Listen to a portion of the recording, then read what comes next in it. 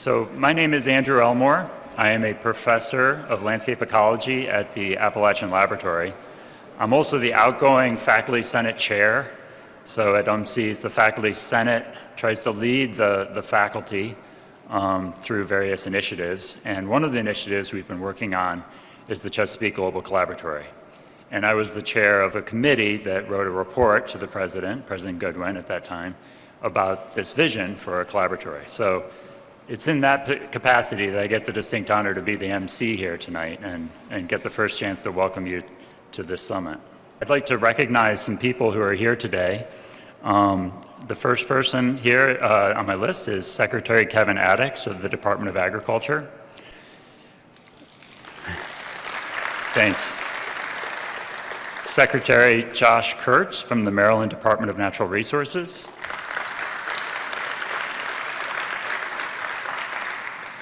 Secretary Serena McElwain, Maryland Department of the Environment.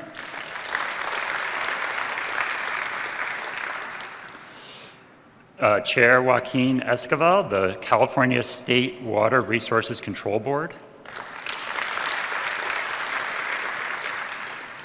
Chancellor Jay Perman of the University System of Maryland.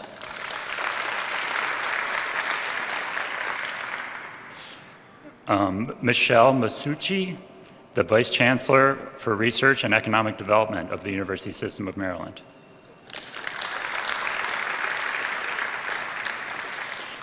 Dr. Don Bosch, the former UMCES President and Professor Emeritus. We also have members of the UMCES Board of Visitors here with us today. Tom Buckmaster,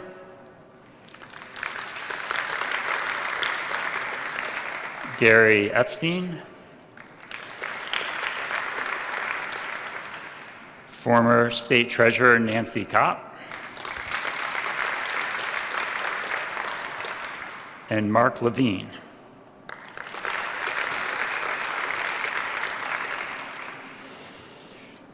So this summit is an iterative process for developing the vision of the Chesapeake Global Collaboratory.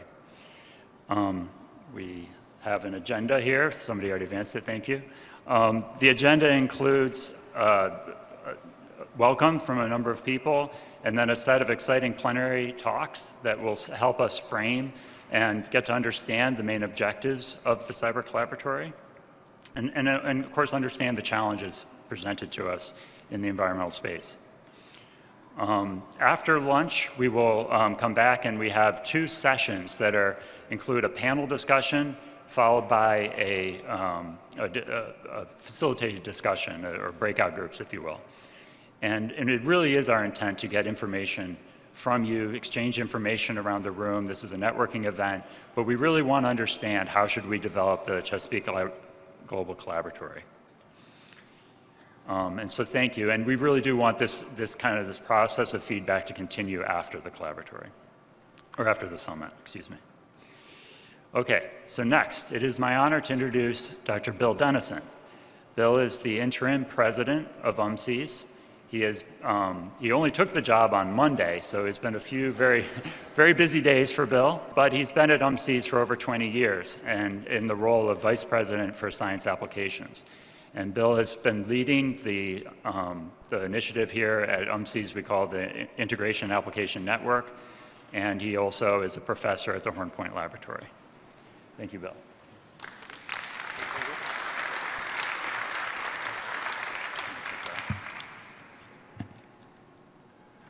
All right, thanks, Andrew.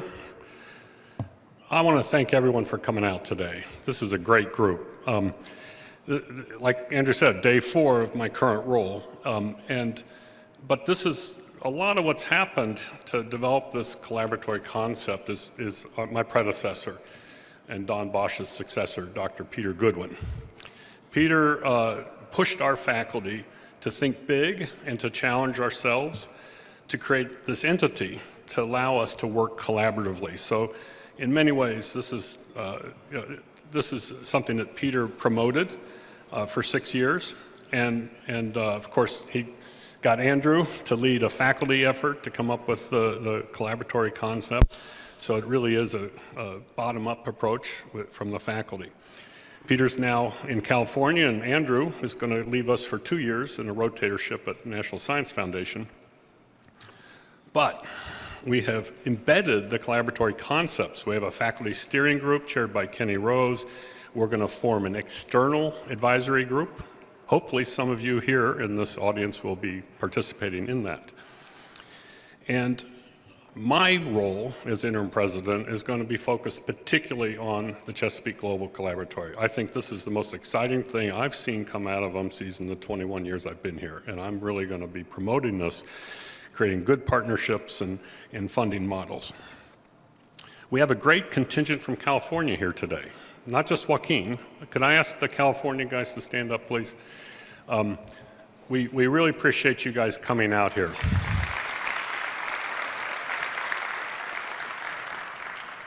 So, you know, why are Maryland and California collaborating? Well, first of all, we poached our Secretary of Environment, we poached from California's EPA. So we have that connection. California and Maryland have the most ambitious greenhouse gas reduction goals in the country. We share that.